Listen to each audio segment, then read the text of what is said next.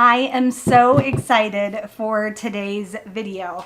Today I am unboxing and setting up the xTool M1 Ultra. This is their brand new machine, and I am not kidding when I tell you it does everything. I am so excited to get this unpacked and show you what all this machine can do. Now, you may have guessed, I have already taken the machine out of the box, but I did take pictures as I removed the different layers and the styrofoam out of the box, just so you could see exactly how well it is packed, so you don't have to worry about it being shipped. The first thing we came to in the box is this paper with the quick start. So I'll just scan this QR code when I'm ready to download the software. Then we have a material pack and our user manual. Let's take a look at our manual here. We've got all of these really beautiful pictures to show us exactly what we need to do, as well as some QR codes to help give us more information about specific pieces or steps. Next, let's look at our material pack. Now this is just going to be like a sampler pack. Ooh, that sublimation is pretty. There's our holographic, have all of our cardstock, our yellow and black vinyl, and our basswood. Here is the M1 Ultra. Of course, it is still all wrapped up so we can open it. There are arrows, so I'm assuming those are just the first thing. Actually, no. We have to take off this first. Remove it from the bag. The back is facing you and the front is facing me. I'll turn it around here in a minute so you can see what the front looks like. Now we can take off these pieces of tape with the arrows. I really love it when they make it so simple. You know exactly what order to take everything off. Now I can lift the lid. We've got some styrofoam here, so I'm going to take that off. Everything is very nicely packed inside the machine. These are the triangular prisms. We've got our exhaust module. We've got 3 cords. One is probably from the computer to the machine, and then this is to just get it power. This is the laser head, the laser aperture. This is the multi-function carriage. Again, take off those pieces of tape. We've got a little toolbox with a screwdriver. I don't know what all of these pieces are for yet, but I'm sure I will learn. Oh, we've got a cutting blade. It's like a little X-Acto knife in there. And this other one, yep, this one is a fine tip blade. Then in this box we have a pen.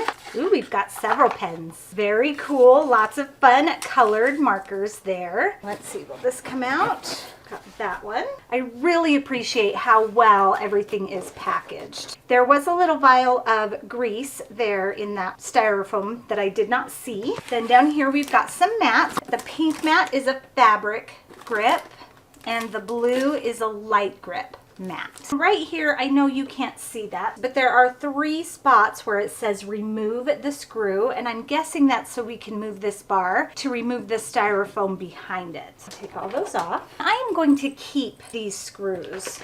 I'm just going to put them in my little toolkit. Hopefully they'll fit. Because if I ever move this machine, having these screws to be able to lock everything in place so it doesn't bonk around is a good idea. Let's see. Can we move this? Yep, we can move this and remove that styrofoam from the back piece. I'm going to put the lid down and take off the plastic, my favorite part. And then there is some plastic on the inside too, so I'm going to take that off. So pretty. We are going to plug it in, and I want you to be able to see what I am doing. I'm going to pull out our smoke exhaust module that came with the machine. It looks like it comes with 4 filters. Ooh, no, it comes with 8 filters because they're double stacked. So we have 8 filters, and we do always want to make sure that it has a filter in there. Otherwise, it can damage our machine. This main exhaust box piece has these little clips right here on the side, and a plug goes right into there. And I'm going to use these little clips on the side to push it in. You can hear it snap, so you know it's in place. With this exhaust tube, you have 2 options. It does stretch out, so it goes quite a long ways. You can either put this end of the tube out a window if you have a window nearby, but if you don't have a window nearby, I do have another solution for you. This is the desktop smoke purifier, and this is a separate purchase, but what this is if I turn it around,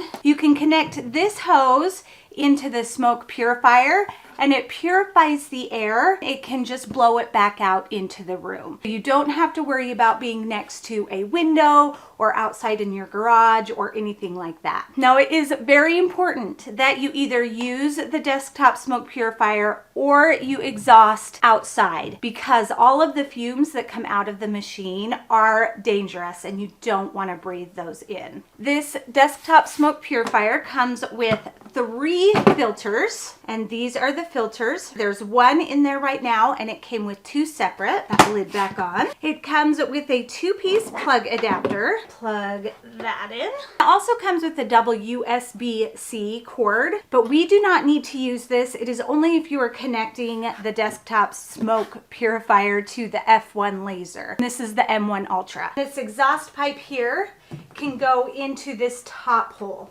The bottom hole is where the clean air is going to come out of. I really love how posable this exhaust pipe is. Connect the hose to that top hole. I am going to disconnect our desktop smoke purifier just for a moment so I can finish showing you how to set up the back. And to remove this, remember those little pinchies on the side? We're just going to pinch both of those and pull it out. The M1 Ultra also comes with a 2-part power adapter. I'm going to plug those 2 pieces together.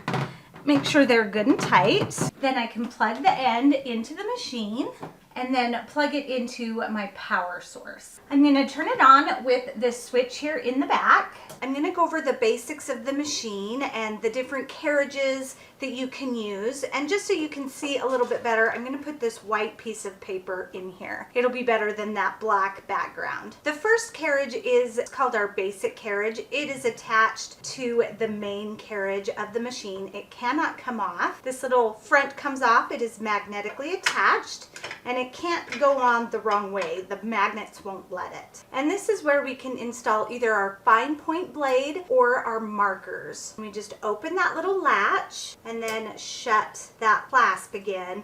Our fine point blade is in place. And we can pretty much leave this blade in at all times unless we want to do the marker. We're going to open it the same way. Be careful because that tip is sharp, so you don't want to grab it underneath. And this is our pen holder. So I'm going to take my pen, take the lid off, put it inside and just push it through. See how that tip is coming out? We put it inside our little clasp and shut it. If it won't shut, it's not in there, right? There we go. We are ready to draw. I'm going to put my fine point blade back in because I'm not drawing and I don't want my marker to dry out. I'm going to take it out of the pen holder and just put that lid back on and put my fine point blade back in. This is our multi-function carriage and it does come with the machine, and this carries our specialty blades. Here's our cutting blade. It has a little craft knife there in the tip. And this blade goes into the multi-function carriage the same way. Just keep in mind there is a little symbol on the front of our specialty blades, and those need to face you, just like it says here.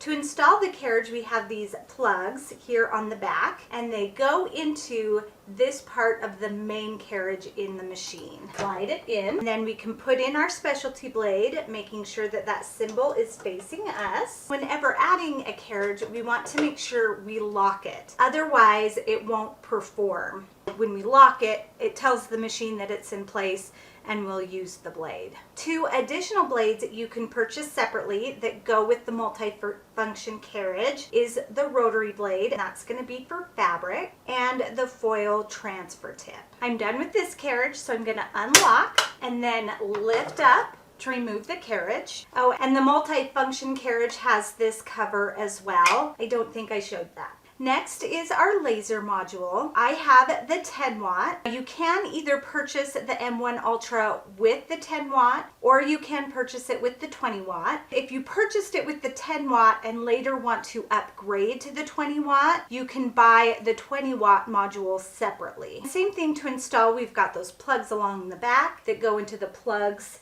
there. Just slide it in until it clicks, and then lock it into place. And that's all we have to do to add our laser module. I'm going to show you one more module, so I'm going to remove our laser. This last carriage is our inkjet module. This is a separate purchase but this is so cool. It lets you print on all sorts of different materials. So it literally is a print and cut. It does come with a removable printer cartridge, so you can replace these as needed. To install it, I'm going to take off the bottom. Again, is magnetic. I'm going to take off the cover. There are these buttons here on the side, and if I squeeze that lid opens. Take the skinny side of the cartridge first and push that in without touching that ribbon. Push it all the way in, and then shut that door. Place our cover back on. We always want to leave that cover on when not in use, because if we don't, that print head can get dirty and dry out, and then it won't work. I'm going to put that cover back on. We have that same plug system there in the back. Slide that onto our main carriage. Lock it in place. Now with the print module, there's a couple more things we have to do before it will work. I'm going to take off that cover again. Move this down. I don't know if you can see, but there's a little USB-C plug there. So we're just going to wrap this around and plug it in. Then we can put our cover back on. The ink module also comes with this little plastic tray, and it slides over this little bottom screw on the bottom right hand of your screen. So we're just going to slide that right over. It also came with some paper stickers. We're going to peel one off, and you put it right there on that top tray. It even has a perfect outline, so you can't forget to do it. You'll notice there's another tray right here. We can take off that bottom tray, and you want to make sure that you do that side up, place it in that tray, because when it is done printing, it'll come over here and pick it up. I am so excited to play with this print module. I'm not using it today, so I'm going to go ahead and remove it. Take off that lid, unplug, tuck that back in, put our lid back on, unlock, lift up that carriage, and put on our little cover. I'm going to plug the machine into my computer, and it came with a cord. One end is a USB and the other is a USB-C. The USB-C goes into the laser and the USB goes into the computer. I'm coming back to this sheet, which was the first thing we saw when we unboxed our M1 Ultra. It has two QR codes. The top one is English. This machine is so new that these links aren't even live yet. But I'm being told by my representative that they will just walk you through setting up the machine. But I'm also going to do that, so you can either follow the QR code or follow what I'm going to show you. To download the correct software, I'm going to go to xTool.com. You can find the software tab right here on the main screen, so I'm going to go ahead and click it. Click download right here. You can select what version of the software you need to download. Mine is an M2, so I'm going to click on that. I can go to my download history, open it, and I'm just going to drag that into my applications folder. And that's all I have to do to download it. Then I can go to my applications and find my xTool Creative Space and open that up. I'm going to skip the intro, but feel free to go through it. I am in xTool Creative Space. Now, I already have an account, so I'm going to log into my account. This is the home page. I'm going to start a new project, and there's a couple different places you can click. You can click here, New Project, upper right hand corner, New Project, or this little plus sign. To connect to my device, I'm going to click here on this little middle bar. It says not connected. In order for me to connect, I need to make sure my machine is on and click on connect. I need to complete homing, so I'm going to go ahead and start that. It says there I need to put in the control key. The control key is in my little toolbox, so I'm going to open that up. Grab the USB, the little USB. This is the key. Here on the back of the machine, you can't really see it, but that's a picture of a key right there.